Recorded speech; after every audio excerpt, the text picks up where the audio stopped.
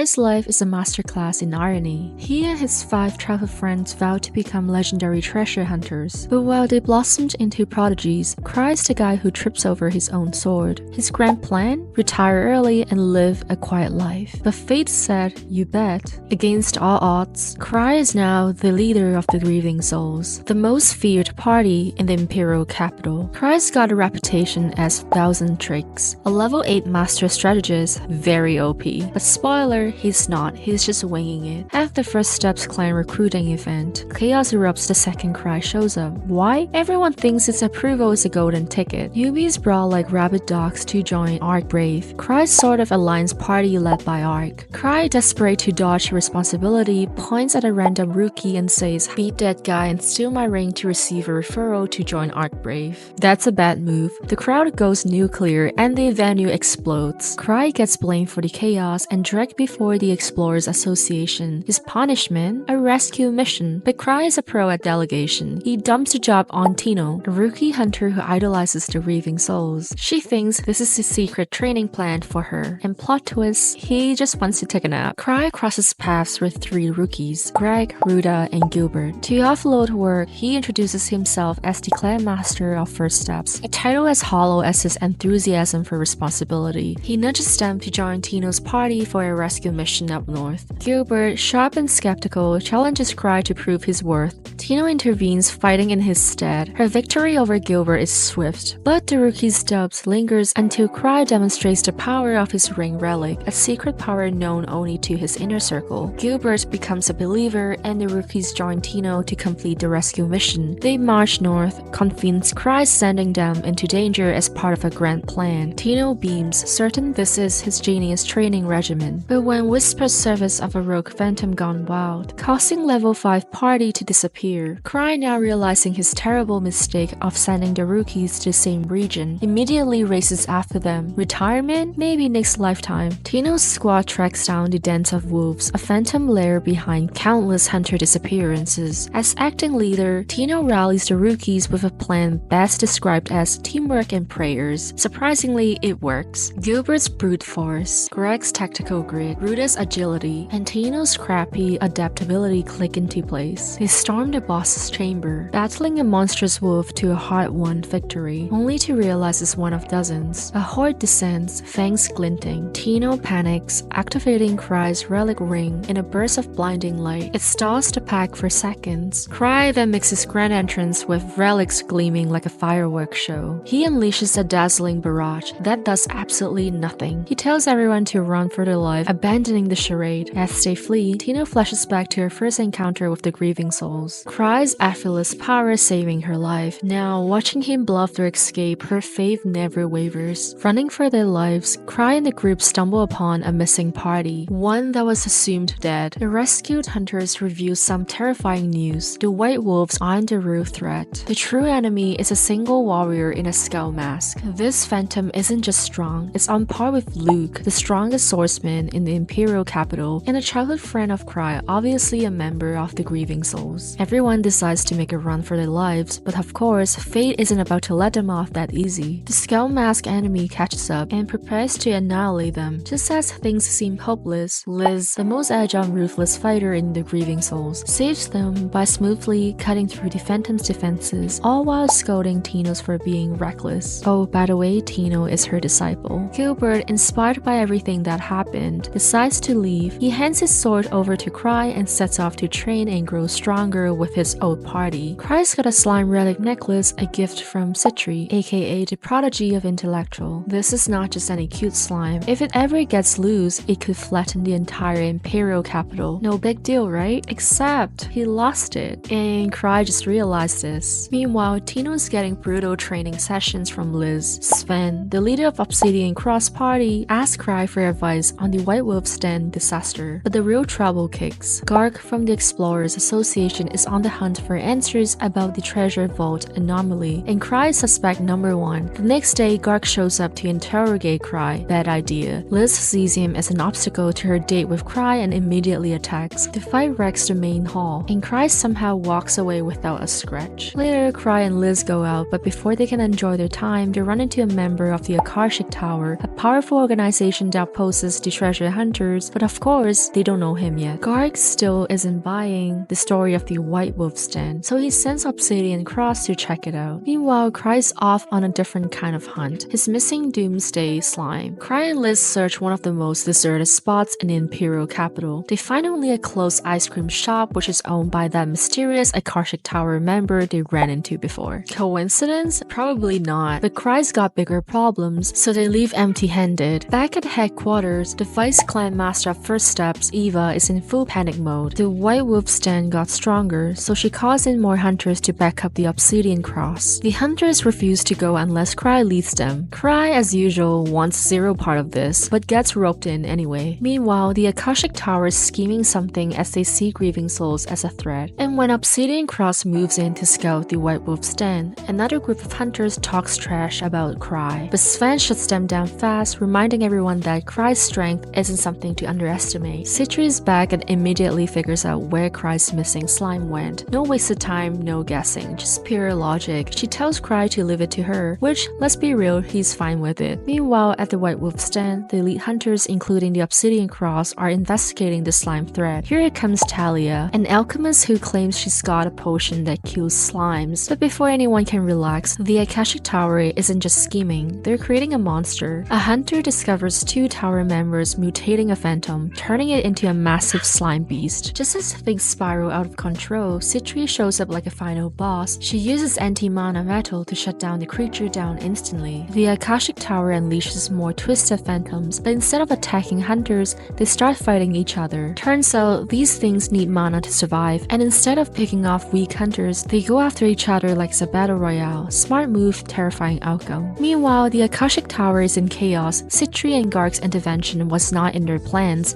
and now they're scrambling. But instead of retreating, they double down. They're striking first. Citri, because she's a genius, figures out exactly where all this madness is coming from. Before she can act, one of the tower's Go attacks. She dodges, counters, and shut it down instantly. But while she's busy, Noctis, the tower's leader, is convinced Krai's behind everything, and is determined to wipe out the Grieving souls. Liz joins the fight, bringing her chaotic energy to help the elite hunters. Just as they start gaining ground, a new monster appears, and it looks way too familiar. Its features match Ansem, Citri and Liz's older brother. The battlefield goes silent. Then Krai makes his dramatic entrance, fashionably late as always. But instead of an intense battle, he defeats the monster without even touching it. Everyone is shocked. Meanwhile, Noctis gets some bad news. Sophia, one of the Akashic's most powerful members and Citri's longtime rival, has infiltrated the First Steps clan. But here's the twist. When they capture Talia, thinking she's Sophia in disguise, Citri shows up herself and drops a truth bomb. She was Sophia all along. She admits she only joined Akashic Tower to learn magic from Noctis, someone she deeply respects. She never betrayed Krai or the Grieving souls. Her goal was to bring prosperity to both sides. But now the secret is out. This sparks a fight with Noctis. Citri outsmarts him and escapes to report the incident to Krai. Garg wants Krai to stay away from Arnold, a guy so dangerous that even his shadow probably walks with a swagger. Krai nods, thinking this is not my problem. Meanwhile, Arnold casually registers as a hunter with the Explorers Association. Great. Krai remembers that the annual relic auction is happening in the Imperial Capital, but since he's broke, he decides to sit this one out. Instead, he and Citri scam other people into charging his relics by convincing them that his foster sister, Lucia, is using these exercises for training. Later, to celebrate Liz and Citri's return, Krai throws a welcome back party. Then Trouble walks in, Arnold and his party, the Fallen Fall, causing a scene. Liz, already tipsy, decides she's had enough. She walks up to Arnold, pours her drink over his head, and just for a good measure, kicks him out cold. Arnold acknowledges Liz's strength and assumes she's a big deal in the capital, but instead of letting it go, he vows to get his revenge the next time they meet. To prepare, his party, Fallen Fog, starts digging into her background, only to find out that Krai's the leader of Grieving souls and supposedly the man who controls everything.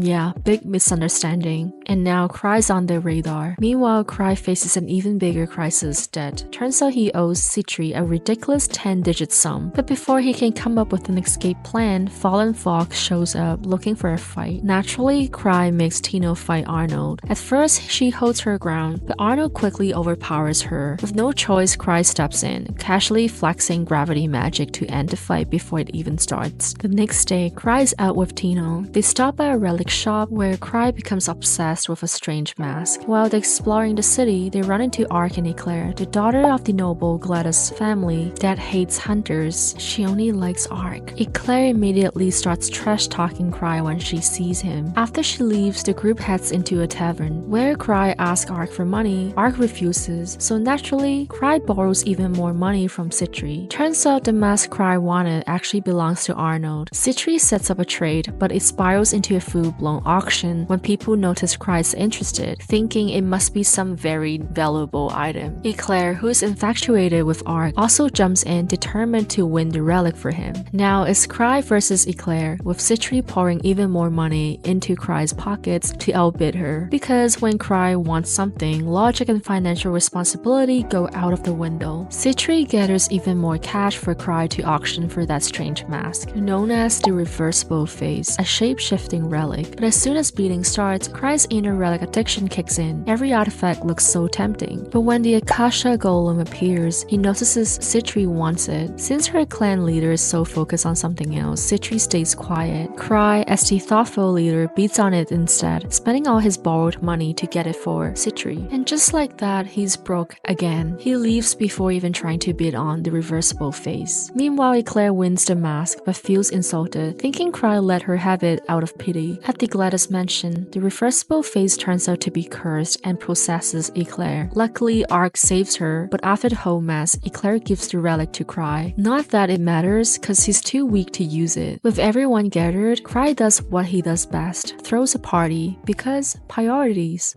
So what did we just watch? An adventure anime that somehow forgot to be adventurous. I'm giving this one a 5.6 out of 10 because honestly I barely remember what happened. The Akashic Tower arc had potential, but after that, it's like the anime just wandered around aimlessly. No real climax, no strong character arcs, and the fights few and far between. It's not quite a slice of life, not quite an action series either, and whatever it's trying to be just isn't that engaging. If you're into lighthearted adventures with minimal stakes, maybe this is for you. Otherwise, probably forgettable. Thanks for watching. See you in the next one.